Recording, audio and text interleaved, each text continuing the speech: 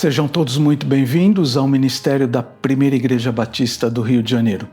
Adoramos, gostamos de receber todos vocês, não só em nosso culto, mas em todas as atividades desta igreja. Você pode participar de todas elas entrando no site de nossa igreja e procurando logo na primeira página o informativo semanal.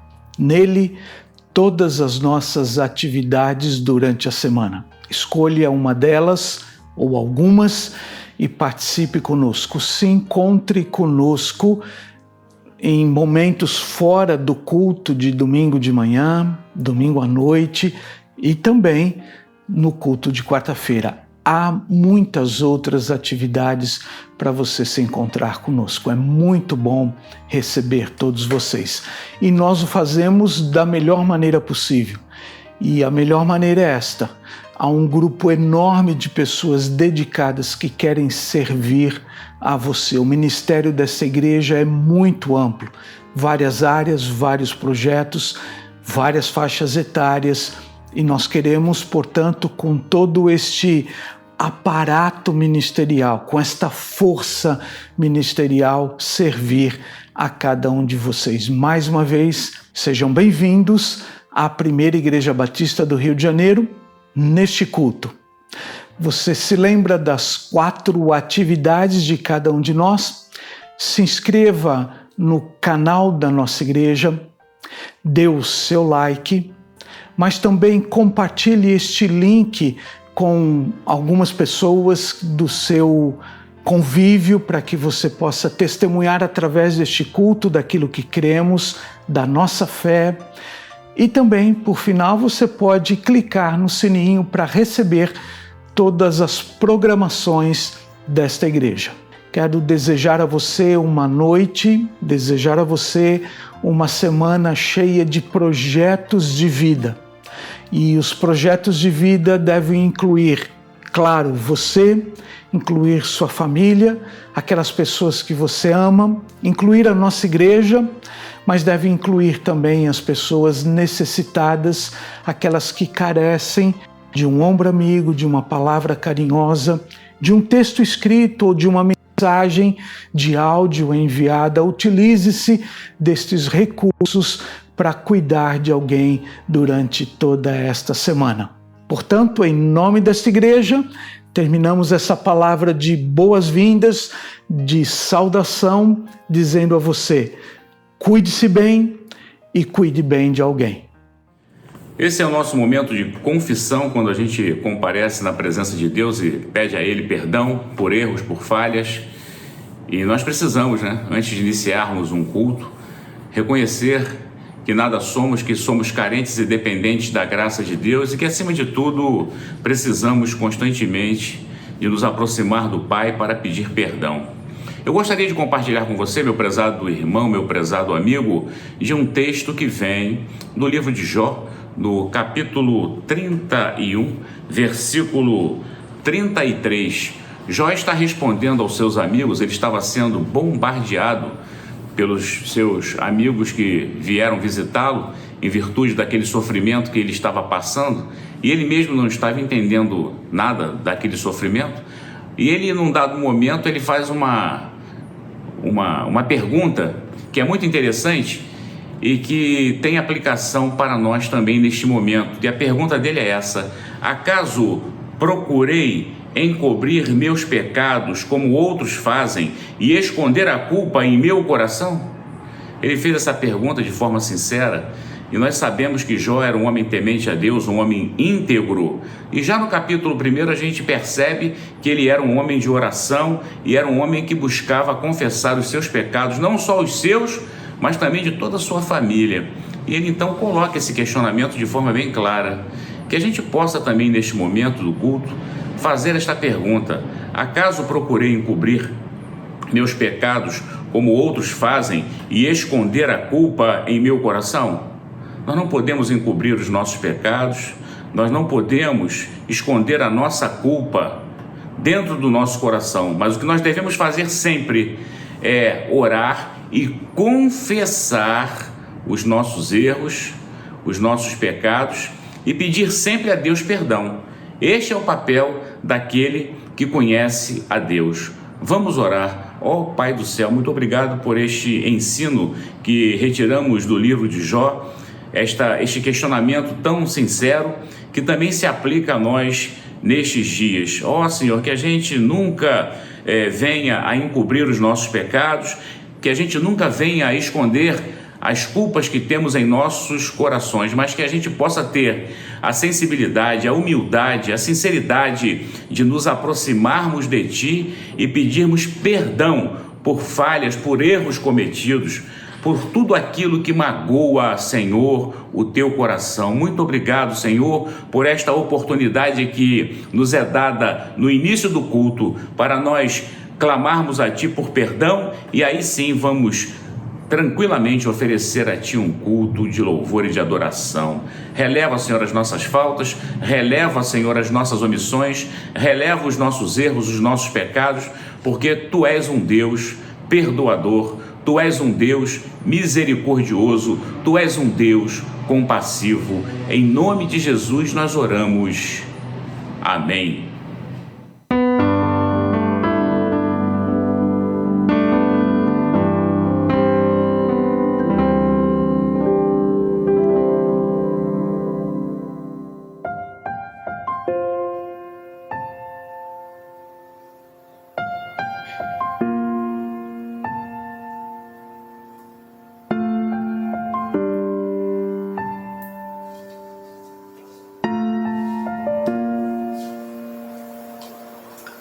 Faz estremecer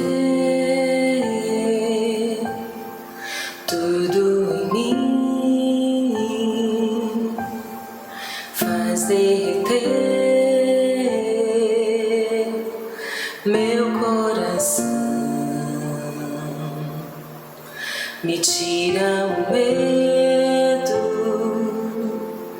me conta segredos, aumenta minha fé, revela quem és. Tu és Emmanuel, por mim se entregou. Nunca ninguém assim me amou.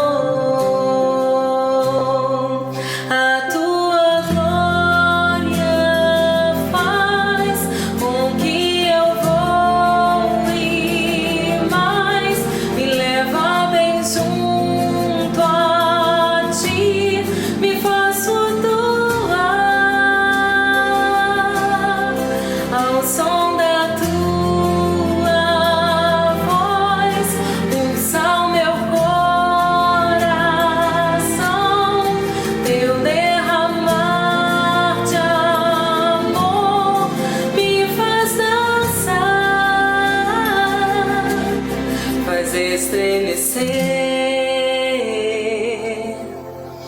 tudo em mim, faz derreter meu coração,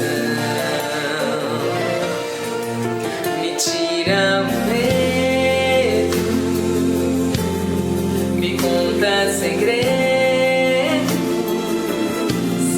aumenta minha fé, revela quem és. Tu és Emmanuel, por mim se entregou. Nunca ninguém assim me amou.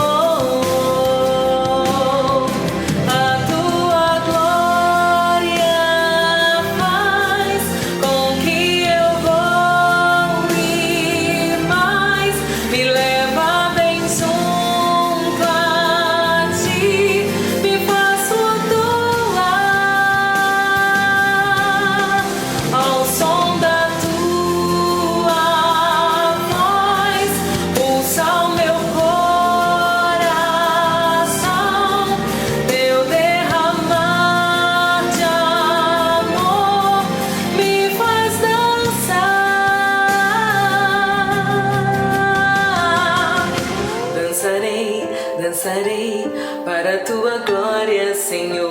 viverei, viverei para a tua glória, Senhor. Dançarei, dançarei para a tua glória, Senhor. Viverei para a tua glória, Senhor.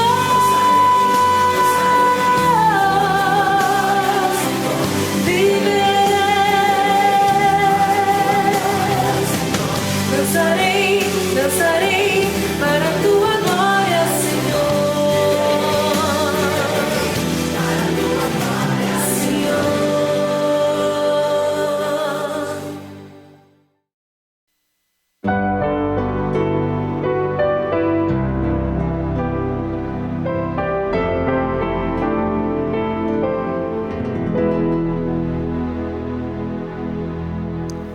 Muito bom poder retornar a estar com você neste culto.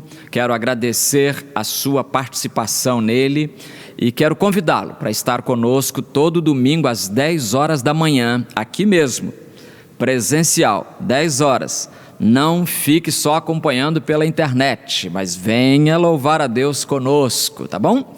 E às quartas-feiras também nós estamos ainda cultuando ao Senhor, naquele formato informal, né? Transmissão desde a casa pastoral, e a Peg e eu fazendo ali um revezamento, e você está convidado a compartilhar o link e a adorar a Deus, cantar, ouvir a palavra, e também interceder pelos doentes, desempregados, desanimados, enlutados, enfim.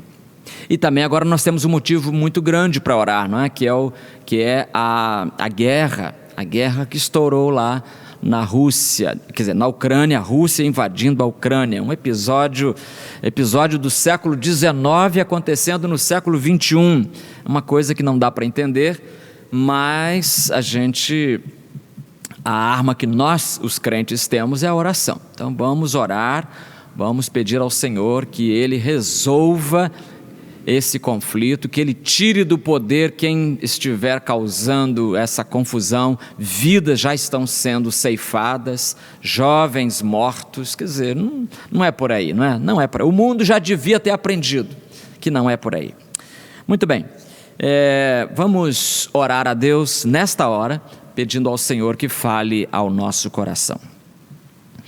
Ó Pai de amor, nós te agradecemos o privilégio de estarmos juntos neste culto.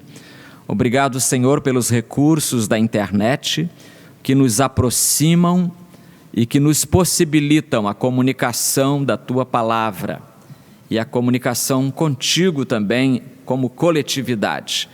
Nós te louvamos pela Tua vida em nossa vida e pedimos que nos abençoes a saúde, a vida espiritual, a vida sentimental ou conjugal, a vida profissional, enfim, todos os âmbitos da nossa vida estejam sendo dirigidos pela Tua mão sábia.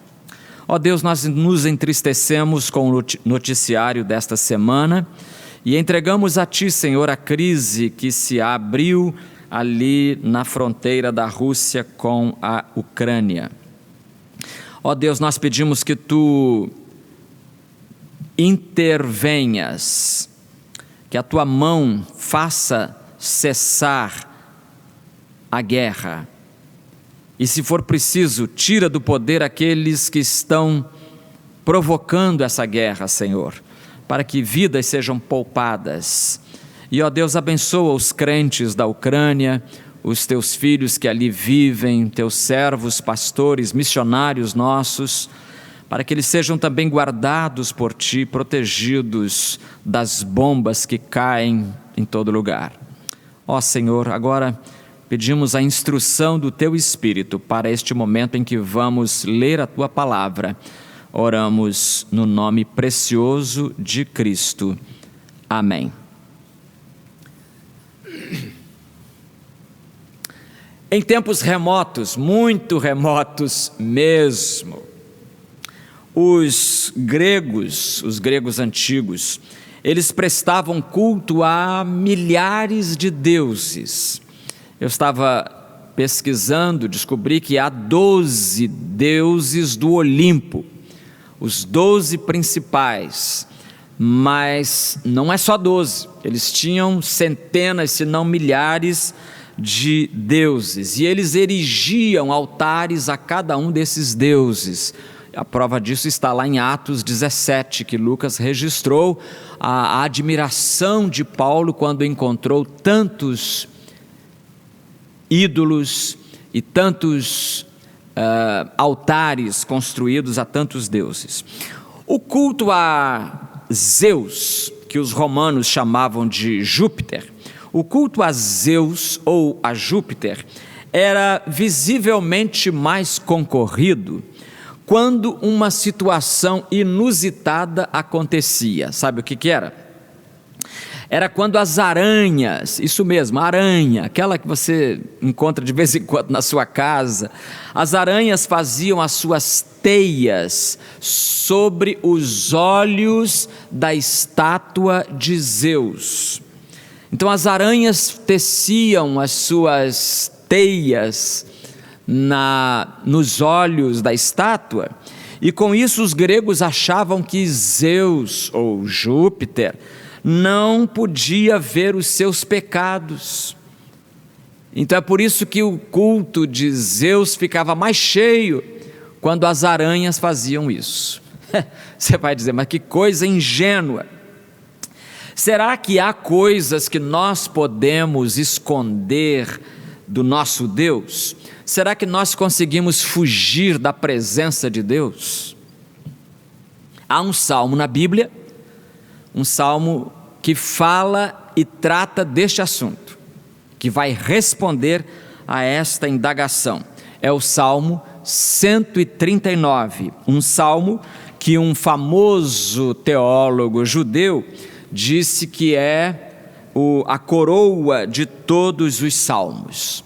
Então eu vou ler aqui alguns versículos deste salmo que é a coroa de todos os salmos. Diz assim, é um salmo de Davi: Ó Senhor, Tu examinas meu coração e conheces tudo a meu respeito.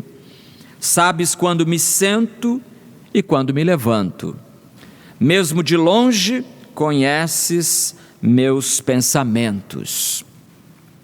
Tu me vês quando viajo e quando descanso.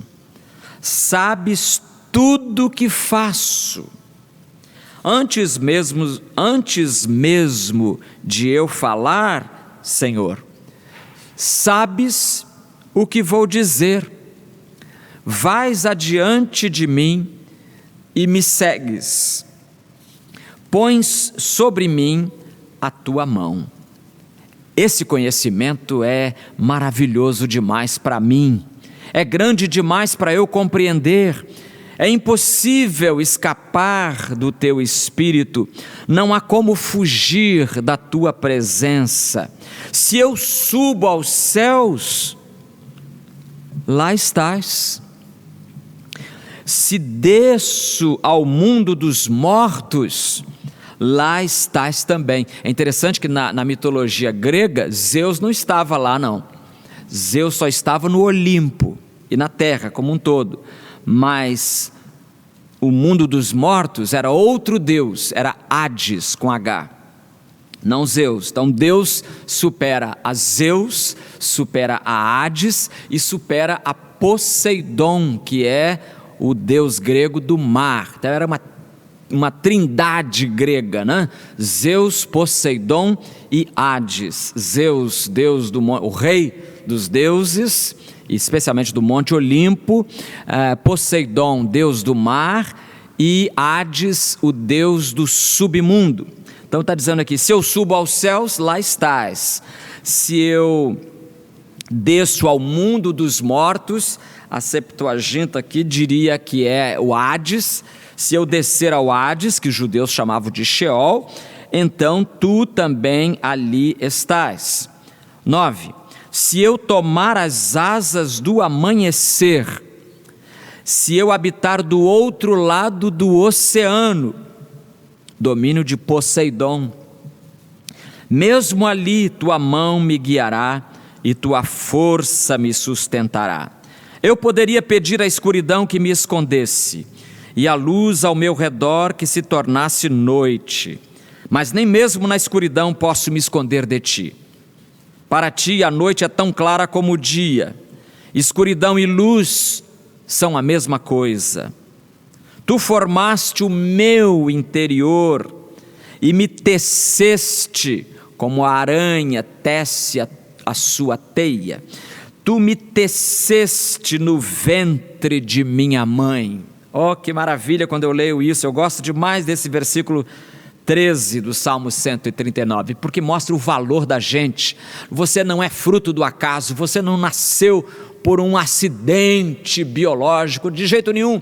Você é fruto da tessitura de Deus. Ele trabalhou você como se trabalhasse num tecido no ventre da sua mãe. Eu te agradeço por me teres feito de modo tão extraordinário. Tuas obras são maravilhosas e disso eu sei muito bem.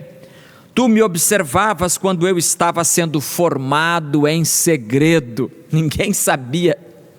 De repente nem os pais sabiam que eu e você estávamos sendo formados no útero de nossas mães. Depois de alguns meses é que os nossos pais descobriram que nós estávamos sendo formados. Ele já sabia, enquanto eu era tecido na escuridão. Tu me viste quando eu ainda estava no ventre. Cada dia de minha vida estava registrado em teu livro.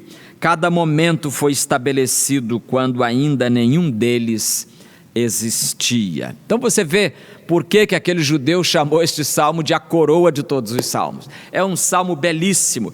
De tantas verdades que ele expõe, nós podemos escolher e selecionar duas que são muito óbvias ali no nosso texto. A primeira é que Deus sabe tudo, e a segunda é que Deus está em todo lugar.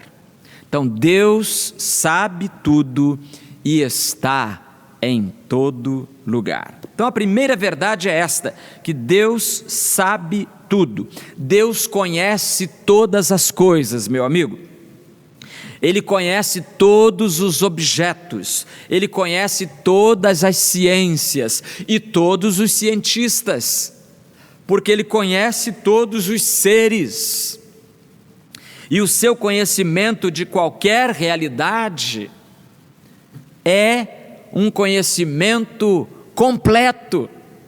Deus não conhece apenas fragmentos de um saber, pedaços de algum conhecimento. Não, Ele conhece tudo, seu conhecimento é completo. Ele sabe de tudo e sabe tudo de todos.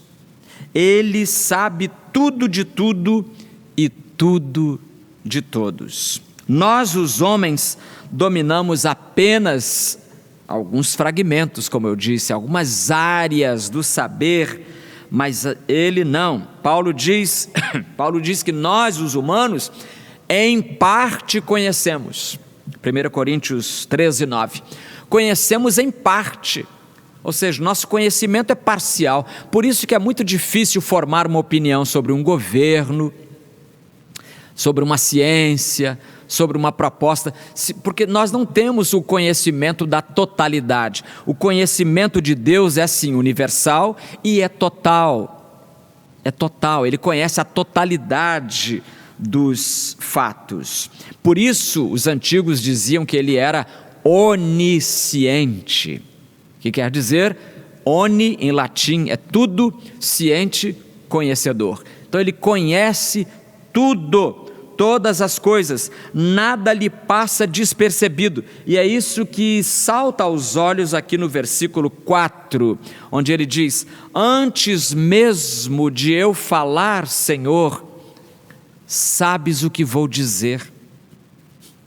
Antes mesmo de eu falar, sabes o que eu vou dizer.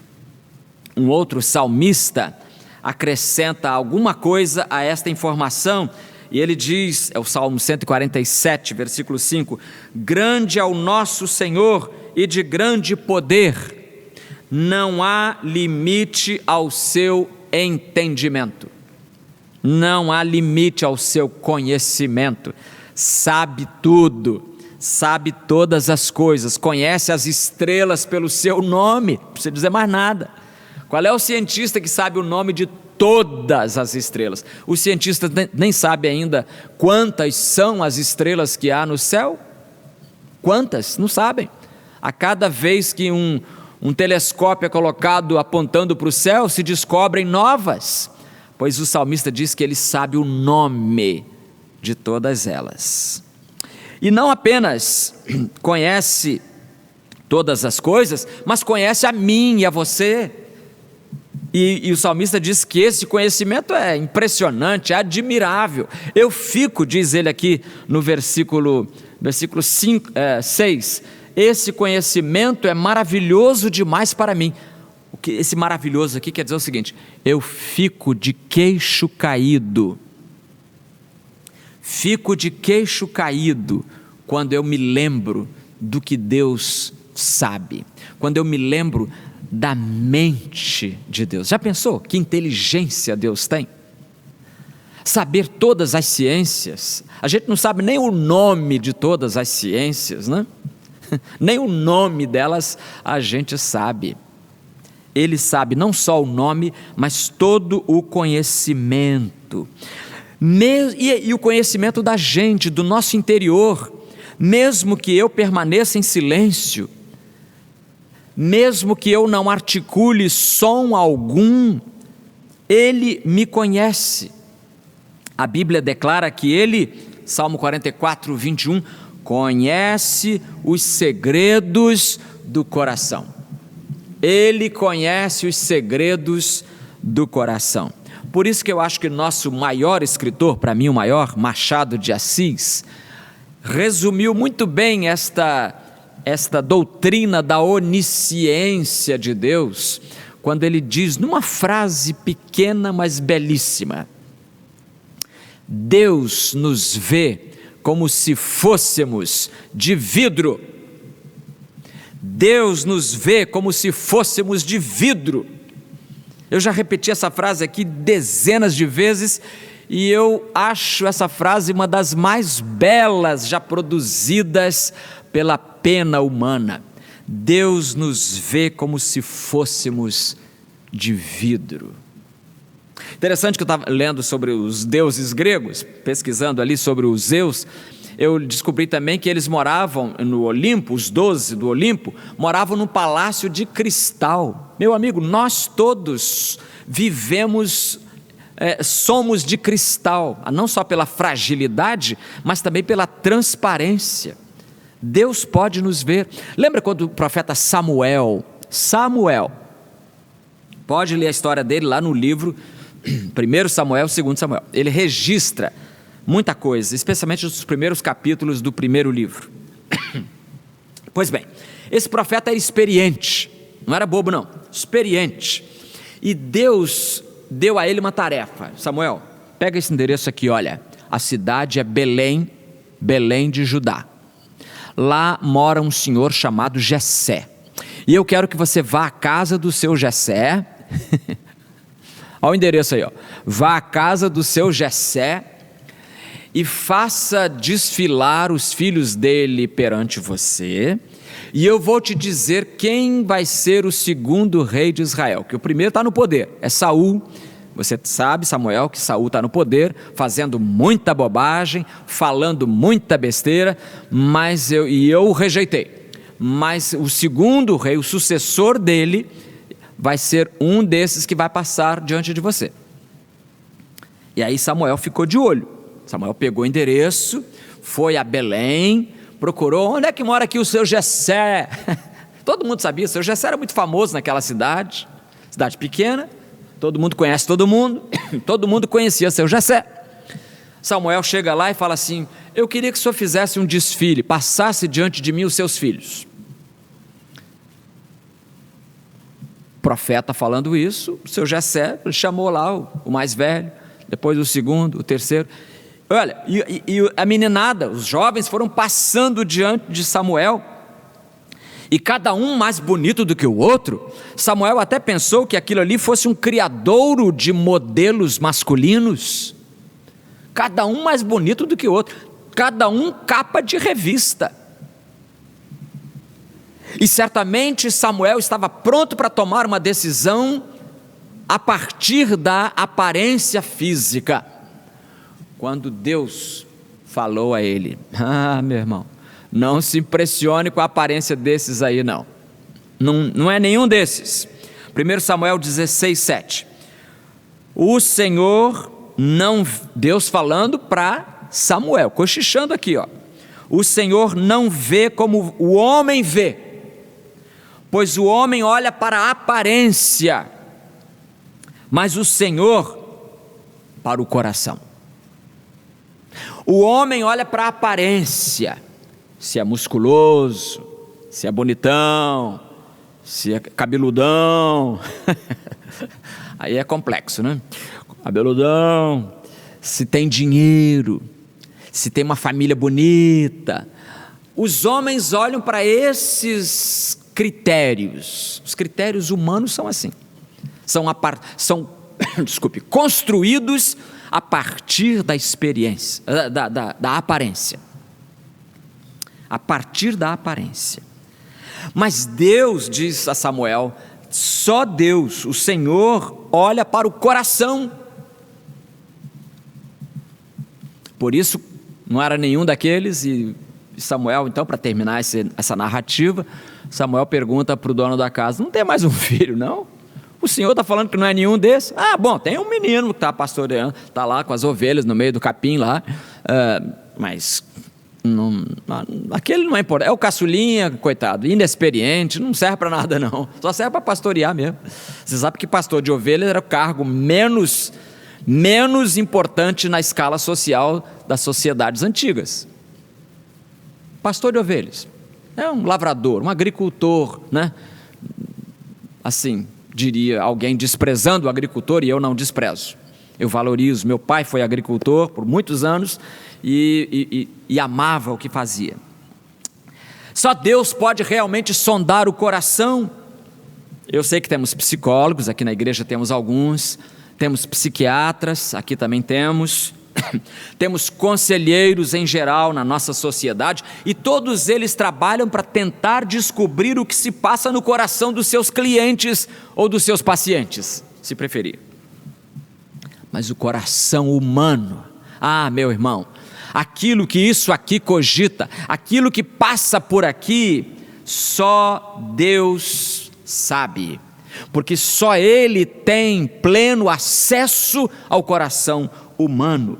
Na oração que Salomão, filho do Davi, pastorzinho que virou rei, a oração que Salomão fez na inauguração do templo, meu irmão, ele reconheceu esse privilégio exclusivo de Deus. Ele diz assim, olha, 1 Reis 8:39, só tu, Senhor, conheces o coração de todos os filhos dos homens.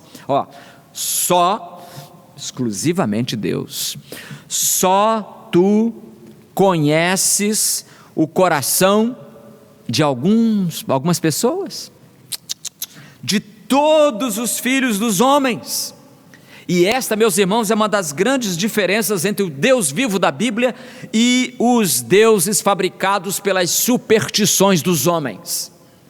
A Bíblia fala um pouquinho desses deuses, e é suficiente o que ela diz no Salmo 115, versículos 5-7, porque eles têm boca, mas não falam. Tem boca, mas não falam. Você quer um conselho desses deuses, e eles não dão conselho nenhum, porque eles não falam. Eles têm olhos, mas não veem, por isso a injustiça campeia, por isso guerras, por isso as mortes, porque esses deuses, esses ídolos, produto da superstição humana, eles têm olhos, mas eles não veem. Alguém já disse que o Cristo Redentor é um deles. A estátua do Cristo Redentor no Rio de Janeiro. Alguém já destacou que ele é cego. Pode observar, aumenta a imagem aí do Redentor, você vai ver que o olho dele não tem. Ele não tem olho. E mesmo que tivesse um olho de vidro lá, tem olhos, mas não veem, tem ouvidos, mas não ouvem. Por isso você pode orar, pedir ajuda, pedir socorro, é inútil. mas o Deus a quem nós servimos, o Deus dos versículos 11 e 12, eu poderia pedir à escuridão que me escondesse e à luz ao meu redor que se tornasse noite, mas nem mesmo na escuridão posso me esconder de ti, nem mesmo na escuridão. Então, uma primeira verdade que salta deste salmo, que é a coroa de todos os salmos, é a onisciência de Deus. Deus sabe de tudo. Mas há uma segunda verdade, que é esta: Deus está em todo lugar. Deus está em todo lugar. E o versículo 7 resume muito bem isso. Ele diz: é impossível escapar do teu espírito, não há como fugir da tua presença. Não há. Porque se eu se eu subir aos céus, lá estás. Não vou pegar um avião e vou para depois da nuvem. Deus está lá te esperando. Não, eu vou pegar um submarino e vou me afundar no oceano de Poseidon. Meu irmão, Ele já está lá, Ele está em todo lugar. E esta foi uma lição cara que um jovem aprendeu e ensinou para a gente. Um jovem chamado Jacó. Jacó e seu irmão brigaram e ele teve que fugir de casa para evitar uma guerra. E ele saiu da sua casa em Berseba, sul da Palestina, e foi para o extremo norte, fora até do país, já na Síria, um lugar chamado Arã, Padã Arã. E ele foi para lá.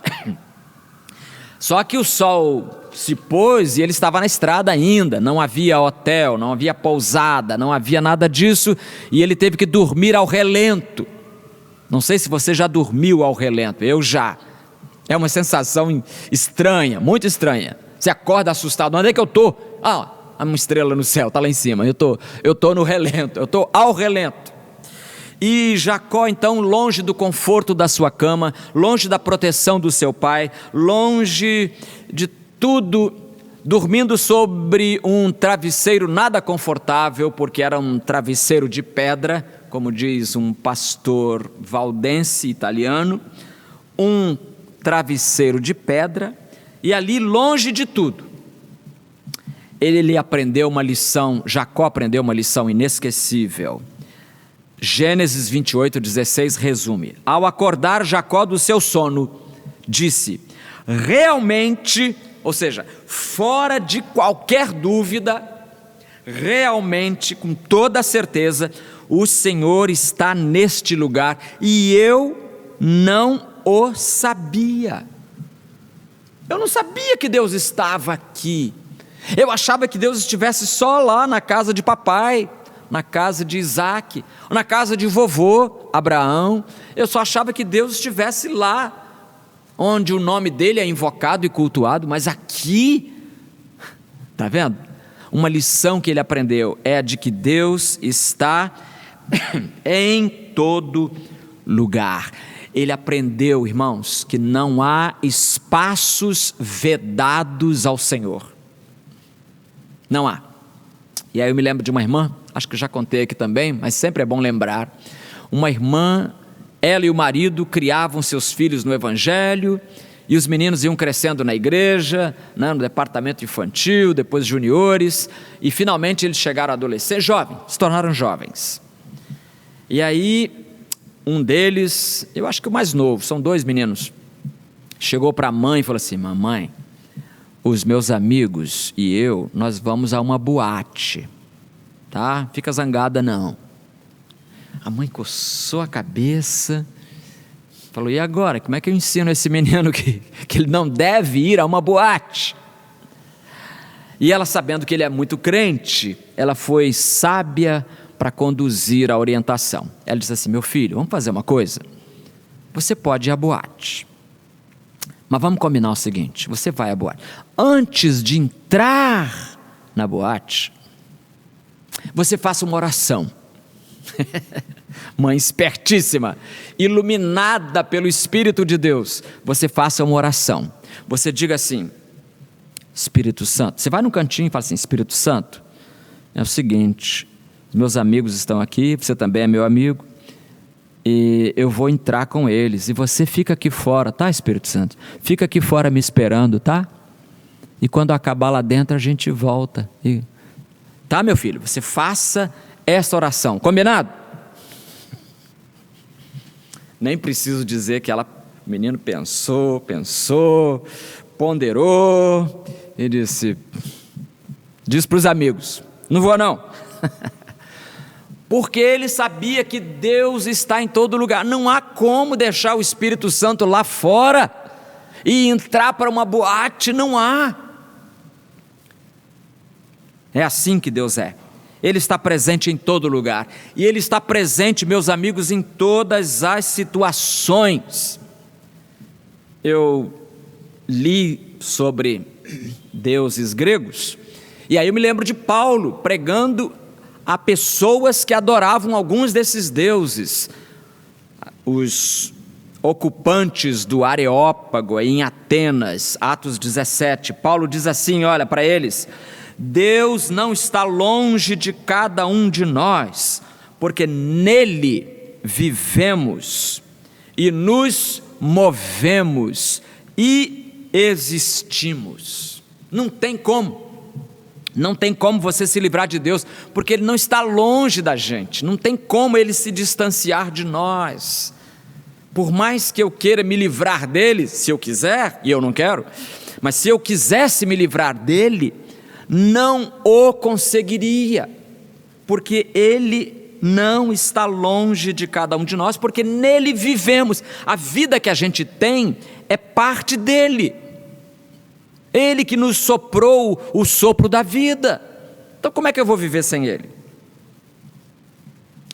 Eu quero terminar lembrando um corinho que muita gente, na minha infância, você talvez se foi criado na igreja, você ouviu muitas vezes. Diz assim: cuidado olhinho o que vê, cuidado boquinha o que fala, cuidado mãozinha o que pega, pezinho onde pisa, o Salvador do céu está olhando para você.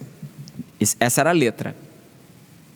E eu acho interessante porque nessa simplicidade, na simplicidade dessa comunicação, os crentes brasileiros praticamente aprenderam da onisciência de Deus com esse corinho. Esse corinho causou essa verdade, o corinho fez que essa verdade se proclamasse nas igrejas, entre os crentes, na formação das crianças. Cuidado olhinho que vê, cuidado mãozinha o que pega. E eram duas meninas que gravaram, são hoje avós, né? Amigas nossas até, e até de certa forma parentes, né? Mas o Salvador do céu está olhando para você. Por isso o Salmo termina, sabe como? Termina fazendo uma oração.